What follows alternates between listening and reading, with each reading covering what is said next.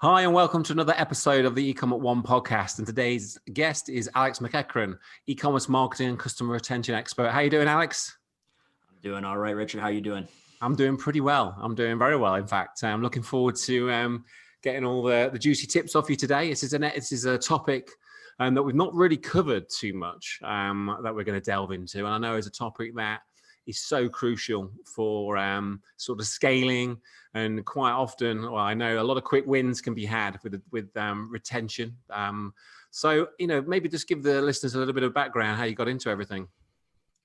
Sure. So sometimes I like to say I kind of like trip and fell into e-commerce. So I went to school for marketing, and when I graduated, I was looking for something, found a job at a small Shopify app, which was called Sweet Tooth at the time, which eventually rebranded into Smile, which is a loyalty and rewards program provider for Shopify stores. So spent about 5 years there working with thousands of brands putting their loyalty programs, points programs, referral programs together, and just developed a passion for how do we get customers to come back and make a second purchase, regardless of if it was with loyalty programs, basically any sort of tactic. And from there, ended up starting my own kind of like boutique retention consulting firm, as well as working now at Loop Returns.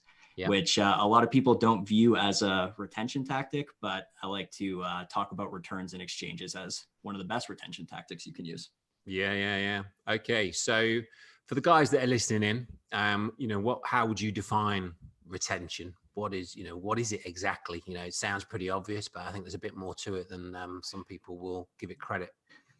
Yeah, I think it's one of those things where it's obvious in its definition, but when you start to think of how you're actually going to do it, that's where it can become a little bit more complicated. So I would define customer retention, try to keep it as simple as possible, as it's the act of growing your business through people who have already made a purchase from you before, growing through your existing customer base, where all of the usual, and you alluded to at the beginning of the episode where, hey, we don't talk a lot about this. And I feel like it's just the industry in general. E-commerce is very acquisition focused rather than retention focused. Yeah. I think this is it, isn't it? I think the guys that are listening in will relate, it's like, focused on what's been the ad spend, what's been the ROAS this year, this month, this week. We spent 100 grand on ads this month. We got 800 grand back 8 times. That works in most cases. But hang on a minute, we've got, maybe $20 million worth or pounds worth of sales in the last 6 months. How about we get them to buy again, and again, and again, and again, and hang on a minute.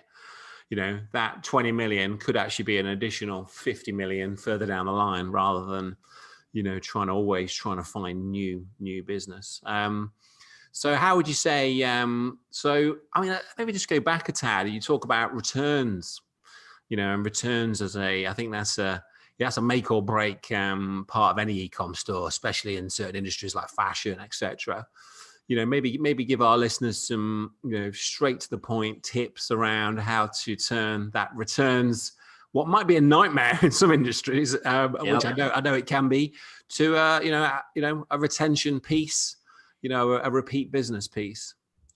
Yeah, I think the best way to define that is looking at that post-purchase experience, right? We talked about ROAS, we talked about all these things we're looking at to get to the purchase point. Yeah. Customer retention lives at that purchase point till when do I get them to come back? And we'll call that first one a return purchase. And then how do I get them to repeat and then become loyal? And you're right, returns are a make or break experience. But unfortunately, a lot of people view it, like you said, it's a nightmare. How do I have to refund the money. I have to pay for the shipment out. Now I have to pay for the shipment back. Potentially, there's a lot of costs associated with it. And I think that a lot of brands have always looked at it as a cost reduction play, a logistics play. And we're starting to see brands look at it more as a marketing play and a retention play. Yeah. And the best way to look at that is don't think of return and refund synonymously. I feel like a lot of us, we hear return and we're like, oh, I'm giving the money back. But you mentioned apparel. Let's talk accessories like sunglasses or handbags. A lot of times someone ends up with something that's not perfect for them. It might be a size too small, a size too large, color's just a little bit off. And if we make it difficult to try to cut our costs, make it difficult for them to find that return policy page, make it difficult to actually start a return and get that sent back. Yeah. we're kind of forcing our customers to hold on to something they don't love. And Yeah. when they're doing that, we're making a repeat purchase way less likely, a referral way less likely, and just Yeah. people generally talking about your brand is not going to happen as much when Yeah. you make that, when that becomes a thing. Yeah, I can totally relate. I'm just thinking right now, my wife's been ordering various summer dresses and this, that, and the other, and buying off sites that we don't normally buy off, or she doesn't normally buy off, and trying different things on. And as clothing is, we know, style and color, and they look great on the peg or on the virtual peg, and then when you get them home, it's like, oh, okay, that definitely isn't my color or whatever, or my wife's color, should I say. But then sending them back, I know she's like, oh, I've got to go to the post office with this. Oh, flipping heck, it's going to cost £8 to send that back. And just listening through those pain points that, it's just trying to make it as easy as possible, as clear as possible is what you're saying. So it's very, very clear from day dot, once you place that order, or definitely when you receive that order. And I think certain brands, they'll put a returns packet or returns labels in, but some don't still, which is it's pretty bizarre, I think, in this day and age, really, that some firms just don't even, they just ship you the goods and thank you for ordering. And I think if you had the option, if it was very, very clear, you're probably, you're obviously going to get that really good experience, but you just straight away, you're like, well, I think you're probably less likely to send it back in one way, but you've got the option to.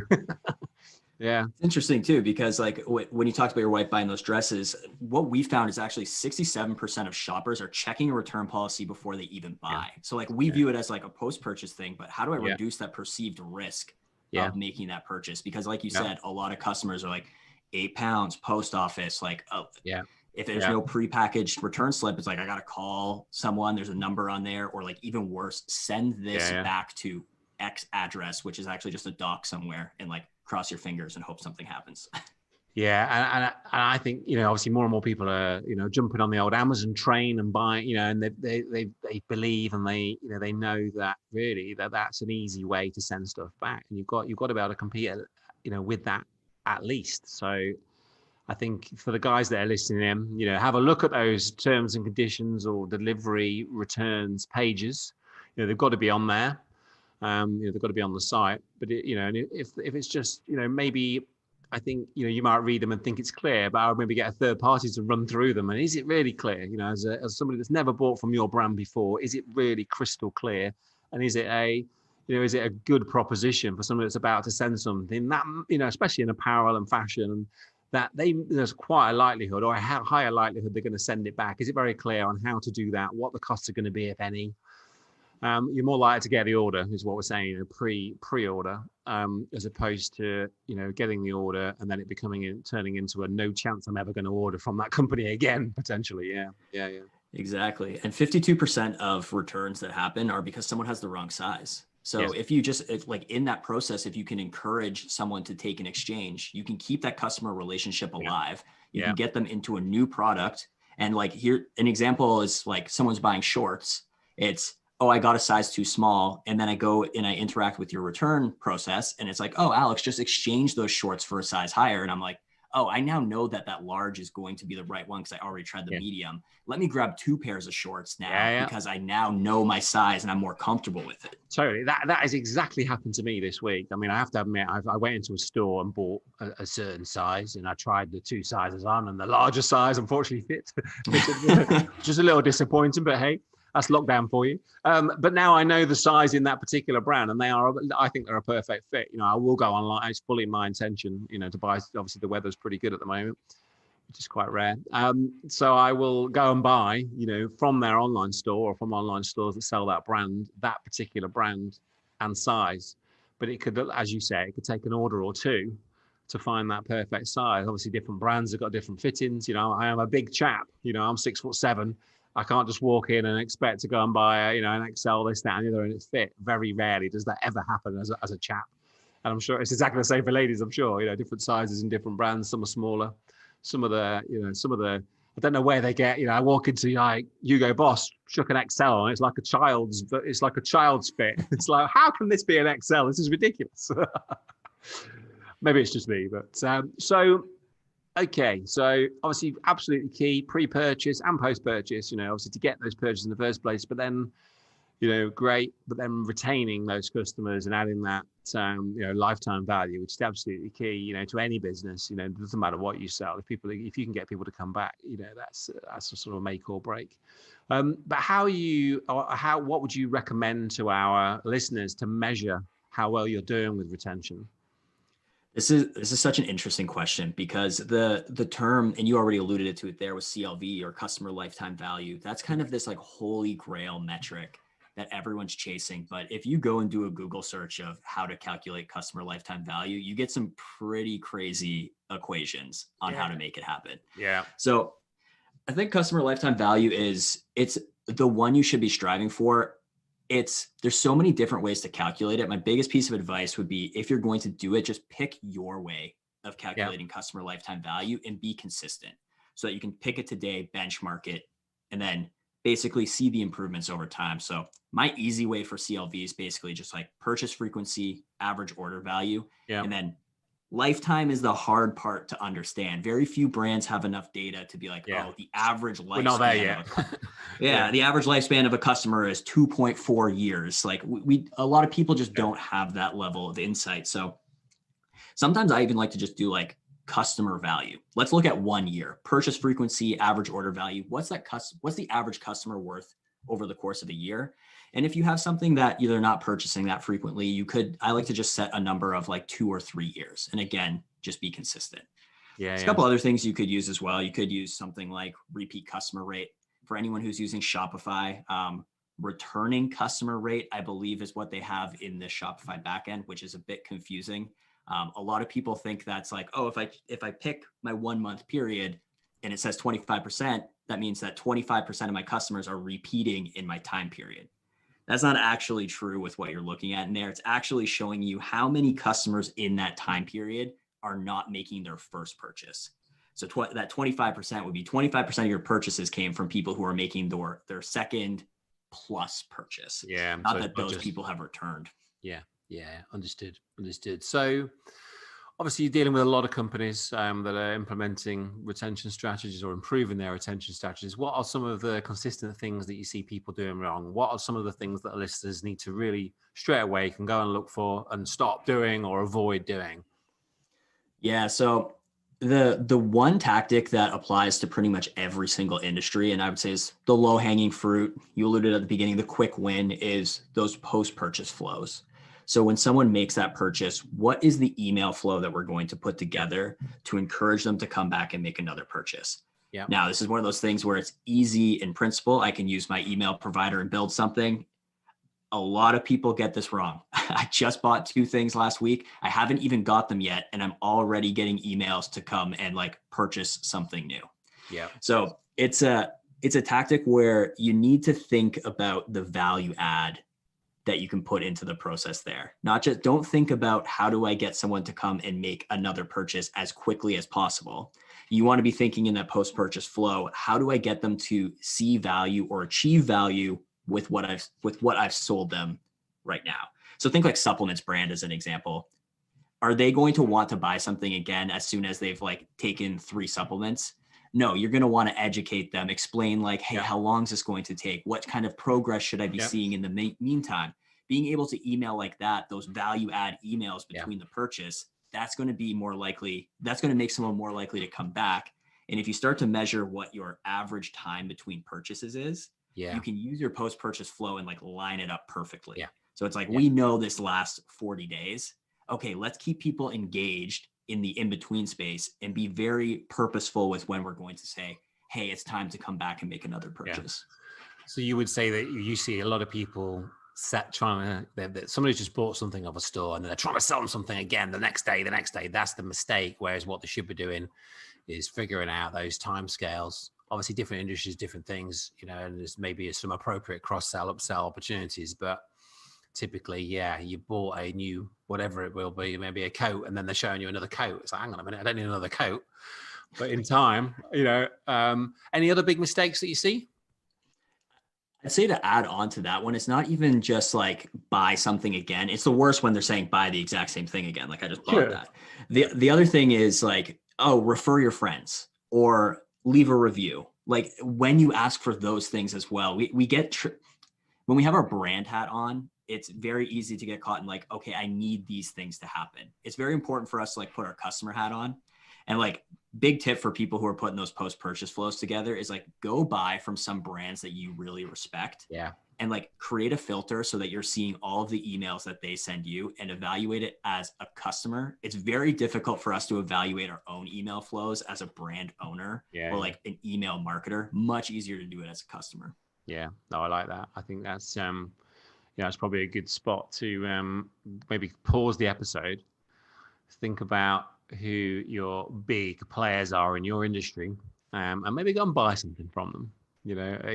Don't go crazy. Maybe go crazy, but go and buy something from them. And understand how they're doing it. And get some insight into and then over the next 3 months or whatever, you're going to see they didn't ask for the review on day 2. They made sure that you were really, really happy and X, Y, Z and educated you on the different, whether it's an ethical thing or whatever's happening in the world that's, they're aligning sort of things that are topical and then maybe 3 weeks later ask for the review when you've actually had a chance to try the thing on and use the thing rather than the day after you bought it. Hang on a minute. I haven't even took it out of the box yet. Yeah. Yep. Yeah. It's interesting too, because like I said, post-purchase flows, they're something that everyone can use. But I think the most important thing for any brand who's like, I want to invest more heavily in customer retention, I call it the retention marketing matrix, is like, I think the best thing for you to do is to try to place what you sell, what your brand does into one of the quadrants so that you can select the best retention tactic possible. Because like a loyalty program doesn't work for everyone. So it's like, think about a matrix where it's like purchase frequency and average order value. If you have low average order value and high purchase frequency, you are like a home run for customer retention. Think like coffee, like consumables like that. Yeah. Loyalty programs, they're going to work extremely well for you because you're able to keep people engaged on the purchase quickly. But if you think about like low purchase frequency, high average order value, I'm trying to think of like pianos as an example. Like a loyalty program is probably not going to work as well for a grand piano, but it doesn't mean there aren't retention tactics to be used. And I think one of the most overlooked retention strategies is actually your products. And you kind of alluded to it with the cross sell and the upsell is, hey, maybe someone's only buying a piano once every, I don't know, I don't play a piano, like every 10 years, maybe, but like key cleaner, string replacements, like what are the other things like from a product perspective you can be adding on here to make sure that they're coming to you for that? Yeah, no, that's great. That's great. So before we move on, would you say there's any other tips for retention? So we could cover quite a few there. Obviously, very dependent on what you sell. Obviously, we're not going to buy a piano every 3 months, but we might well want the music sheets for it and the whatever your choice of singer is. You might want the play along with Take That or whatever it may be. Music. Yeah. But you definitely don't. I haven't got room for 2 grand pianos in my house. But anything else you would add in terms of tips for improving retention? Yeah, I would say my final tip would be don't forget about the pre-purchase loop. Yeah. So think content, think site experience, think about like there's a lot of ways that people can engage with you. They might not be purchasing from you every day.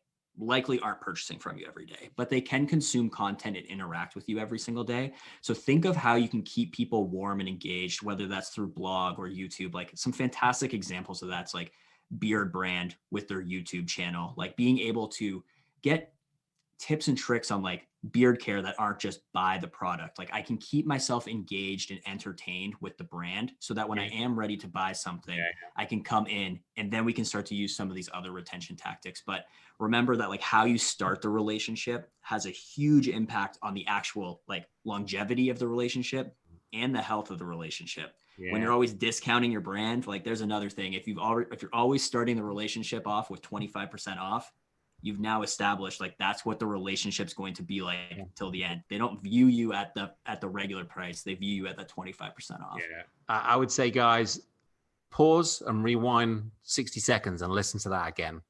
I think it's some absolute gold there, Alex. Thank you. So let's dive into a specific strategy. Tell us about a strategy that you've worked on that has improved retention. Let's get into some specifics. If you can, you may not need to name the brand unless you're willing to, but the industry, the type of thing, very specific strategy that's moved the needle.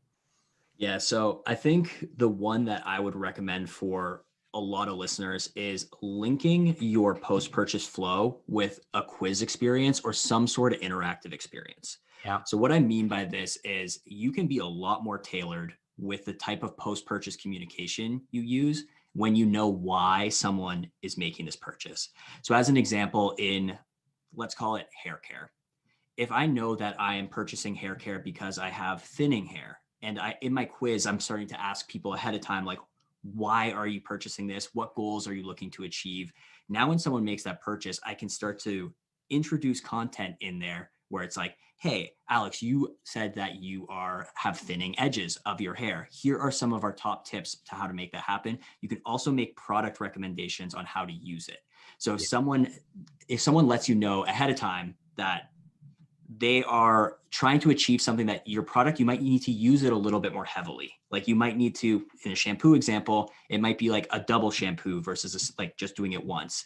If you know that, you can make that recommendation because I don't know, you've probably seen a million shampoo and conditioner commercials where they're like lather, rinse, repeat. And everyone's like, why the heck would I actually repeat? Like that's just a marketing play to get me to buy more. But if there actually is a reason to do it, you can know that from that quiz experience up front and actually adjust your post-purchase flows. The one thing I do see a little too often here is trying to get too granular. From that quiz experience, try to find like 2 or 3 things that you can start to tailor your messaging and your product messaging around and try to build like 3, maybe 4 flows. I've seen a couple of people try to get like 7 or 8 going and it just gets way too confusing and hard to manage. So we're saying the quiz is in the emails that we're sending. Yeah. So it's on the site. On the site, actually. Yeah. And I've seen a lot of people be successful with actually having like their acquisition into a quiz experience where like I'm getting that email, I'm getting what I would typically do, my get 5% off, get 10% off, give me your email address. It's like, hey, let's get their email address and give them something back in return. Yeah. So actually pushing people to that ahead of time so that I know that it's held in my email CRM so that when I get that purchase, I know these talking points for them and I can adjust my flows accordingly. I have to say it's something we're working on internally for one of our e-commerce for our agency. You come in with we ask you a question and then you've replied yes or no. You go into another set of questions that's relevant to the yes or the no. And ultimately you're going to end up in in our instance, one of 3 places, whether that's to educate you more on X, Y, Z, whether that's you're ready to purchase something. So then we'll show you a particular, option there to request to purchase ultimately, or, you need to find out more about something and you have quite an advanced understanding of the topic. So it's more of an advanced education piece, or you're more of a newer customer. So then it's obviously making sure that you understand the fundamentals. So it's a different type of education piece. And I think, I think it's something we have been playing with quite some time. It's quite surprising the results. I know a lot of people I know that are more in the digital marketing space as opposed to the physical products and agency space. But they're, digital marketing wise, I know that's, selling information products, etc. Quiz funnels are very, very popular at the moment. Yeah. Yeah, they're definitely becoming more popular in the physical goods space as well. And like another quick example of that is I was talking to a jewelry brand and they're asking people, are you buying this for yourself or are you buying it as a gift? Yeah. And think about the post-purchase flows you can build there, right? Like I'm buying a piece of jewelry for my wife. If you start sending me like, hey, like here is the matching set for that. I'm like, it's not for me, it's for someone else. But if you now know I bought this as a gift, Valentine's Day, like who'd you buy it for? Come Valentine's Day, here's what you should be looking for. Hey, the first purchase anniversary, I'm guessing you bought this for a special occasion. That time's coming up again. Here's what we have to offer. Yeah, that's smart. So thank you for that. I think one of the things that will be on everyone's mind, okay, we've got to focus on retention. Yeah, of course, we've got the acquisition, we've got the retention. What do you think should be the split? I know it's quite a tricky one, but I think so many companies are obviously completely focused on the acquisition and there's probably zero on the retention and they need to sort out what they're doing completely. Yeah. But how do you sort of agree a focus or a split, whether that, in terms of budget, in terms of time, or where do you even start with making some decisions on that? You're right. It's not a straightforward like, oh, just split it down the middle. It should be 50-50. And I remember seeing an Adobe study where they were saying for every dollar put into marketing online, 5 cents of it was into retention efforts. So there, like maybe there's a starting point. It's 95-5, 95 acquisition. Is that because Adobe you can't cancel? They won't let you, basically. Yeah, they say, oh, you've missed your cancellation period. See you in 11 months. It's like... Yeah. So like there's the one extreme, but I do think that, and you probably see this with the brands you're working with as well, as like we're talking about ROAS, like there's an obsession with customer acquisition. And I would argue that a lot of e-com is skewing pretty heavily, maybe not 95-5, but maybe 90-10, 80-20 right now. Yeah. My answer is it actually depends on how established your business is. Obviously, when you're first getting started, you can't be 50-50 on acquisition retention. I don't have an established enough customer base to be doing anything with. But I would say once you cross that kind of like, let's call it the $1 million to $3 million a year threshold, I think that's the point where you should actually start moving it more to 50-50. And as you grow, like there's a finite amount of people out there that can buy your product. Like eventually, if we just play the mathematics game, it's like eventually there's no more people. You have to be reselling to the people who have already bought from you before. Now that's an extreme case, but once you get to a certain size, the further you get down that growth trajectory, I would actually argue you want to be going more retention, less acquisition. Yeah. So when you get to like the size of some of the biggest brands that we see on Shopify, they're probably putting like 60%, like 60 cents for every dollar into customer retention versus acquisition. I think when you think about Amazon, retention, retention, you're always, they're just always pulling you back in, aren't they? Okay. They're definitely masters of that. Yeah, it's just too good. I have a unfortunate addiction, which I'm trying to quash, which is Amazon, but I'm not doing very well at it, to be fair. But so in terms of brands, so the guys that are listening in, obviously you work with a lot of independent brands, big brands, a whole mix of brands, and obviously then there's the big brands out there, that neither of us are working with. Who would you say has some of the best retention strategies? If some of our listeners wanted to really go and sort of pick at, some people that are doing it well and just spy on a few brands that are doing it really, really well, who would you sort of spotlight? Yeah, there's 2 brands that I would spy on that you don't necessarily need to be buying something from online, but have great retention tactics that you can remix, steal like an artist from. Starbucks, Sephora. Those are 2 big brands that you can look to and have amazing customer retention tactics. Loyalty programs, the way they operate. If you buy something from Sephora, like Sephora is a great, and I know like the men listening might not be buying something from Sephora. I'm not familiar with that one actually. Oh, Sephora. Okay. So Sephora is a makeup company, US, Canada, and they have, I've dug way too deep on their loyalty/VIP program. I think it's one of, if you're looking to study a loyalty program, definitely go look at Sephora in terms of what they're doing, the tiered experiences. When you cross a certain threshold, you get different perks. A lot of them are not like sales or physical things, but like, hey, events, come and participate in this special event once you pass a threshold. And if you go on Twitter or Facebook and search, like, I think it's the VIB instead of VIP program, you get people bragging online that they spent $1,000 in the last year at Sephora. Like how great is that for you? The mythical black card for Nando's. Yeah. So I think Sephora, Starbucks, like those are great places to look. There's a Canadian brand, Knix. They sell women's underwear. I think they do a fantastic job at this. Like if you wanted to buy something or just study what they're doing, the way that they're approaching the pre-purchase experience, setting up the relationship the correct way. If you go to their site, they also have like a consultant or a concierge to help people find like more products, matching products. I bought something in the past. I liked it. What else should I be adding on to that? Those are some of my go-tos I would go look at. Yeah, I know I'm gonna have a look at those. There's a couple there that I'm not that familiar with. So great.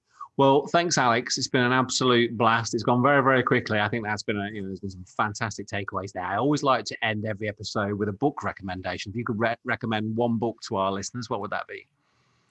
One book, everyone in e-commerce, if you want to focus on retention, should pick up the book, Never Lose a Customer Again. It's by Joey Coleman. It's a fantastic read. It goes over basically how to build a strategy to keep customers loyal. And his argument is that the first 100 days are crucial. So he kind of gives you a framework that you can take for your brand to be like, how do I get people engaged and coming back within those first 100 days? Yeah. Love it. Love it. That's 2 clicks away after we've finished. Okay. So the guys that are listening want to find out more about you, Alex. What's the best place to do that and best way to do that? Yeah, I'm pretty active on LinkedIn. So if anyone wants to follow along there, I also have an e-commerce podcast. It's called The Exchange.